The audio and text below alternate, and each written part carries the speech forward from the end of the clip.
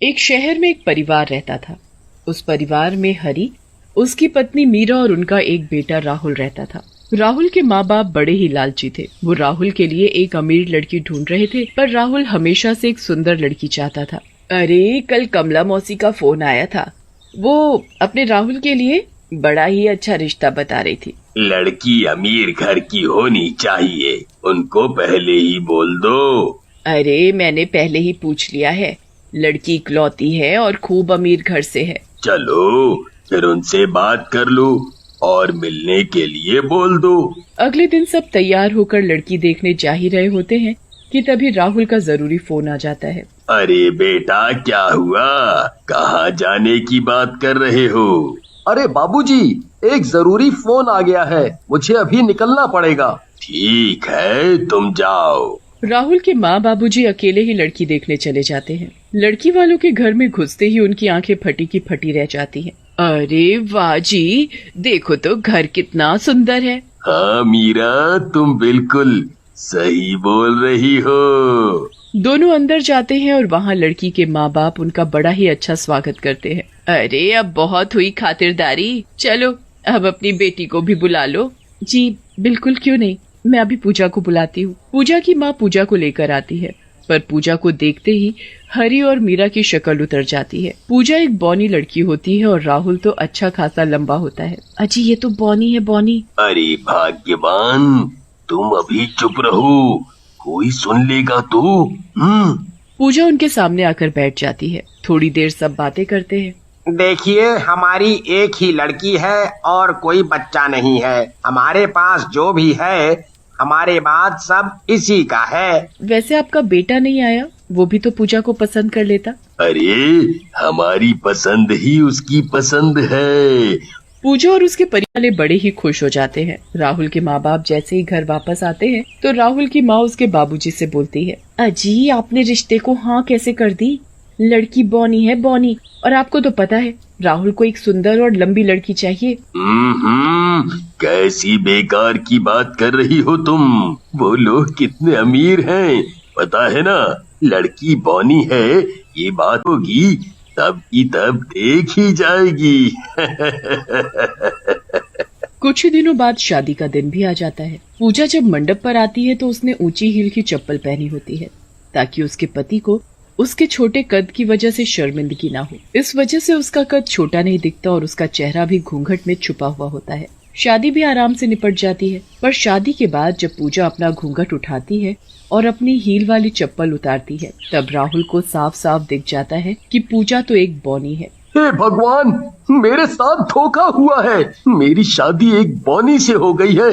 माँ, बाबूजी, पूजा के माँ बाप ने हमारे साथ धोखा किया है। मेरे माँ बाप ने आपके साथ कोई धोखा नहीं किया। हमने आपसे कुछ नहीं छुपाया, चाहे आप अपने माँ बाबूजी से पूछ लो। क्या ये सच बोल रही है माँ? बेटा, वो मैं चलो बेटा, अंदर चलकर मैं सब बताती हूँ। मुझे कुछ नहीं सुनना, मैं जा रहा हूँ यहाँ से।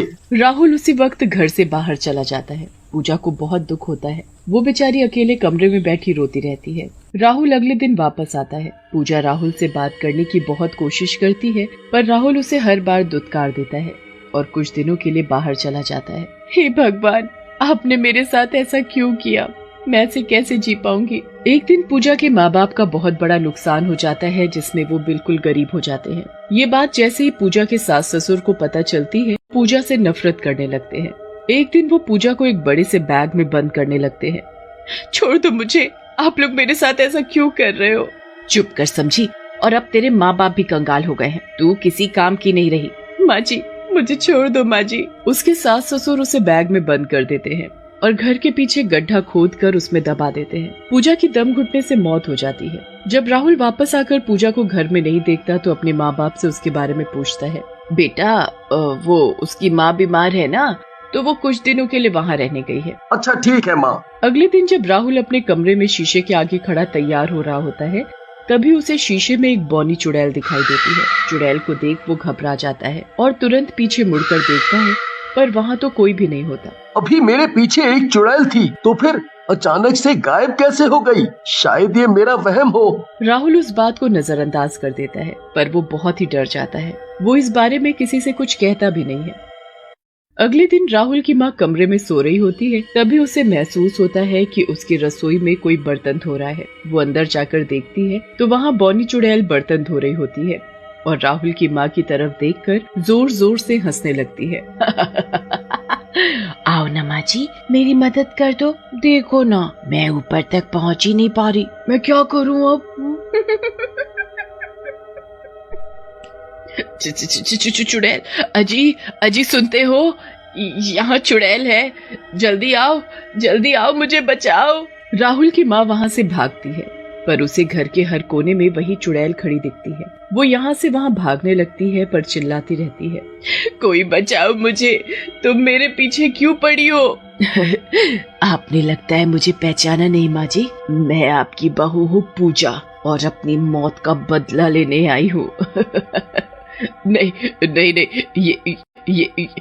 ये नहीं हो सकता, ये बिल्कुल नहीं हो सकता। तुम जाओ यहाँ से और मेरा पीछा छोड़ दो।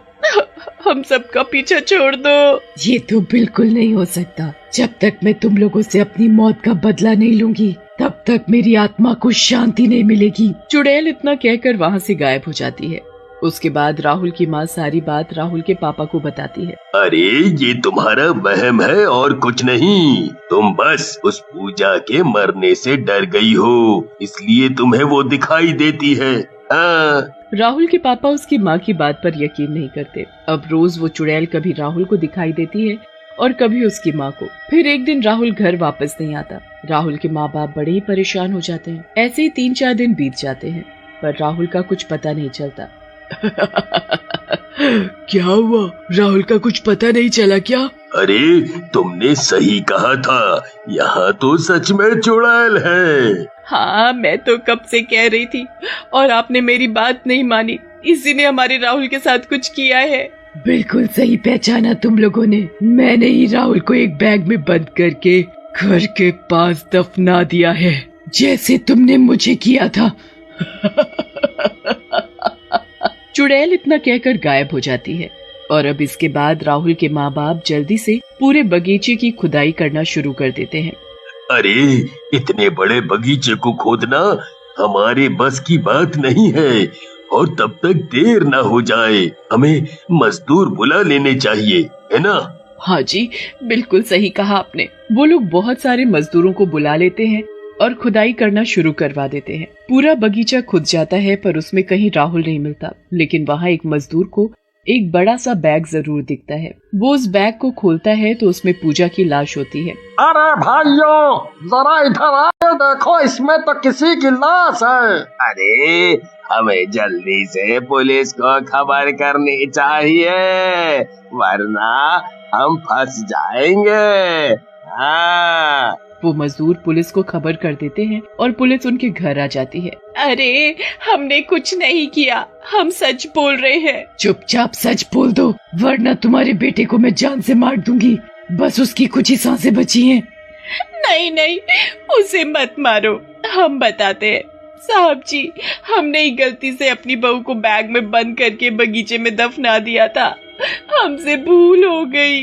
इतने में वहाँ राहुल आ जाता है। क्या माँ, आप लोगों ने पूजा के साथ ऐसा किया? मुझे यकीन नहीं हो रहा माँ।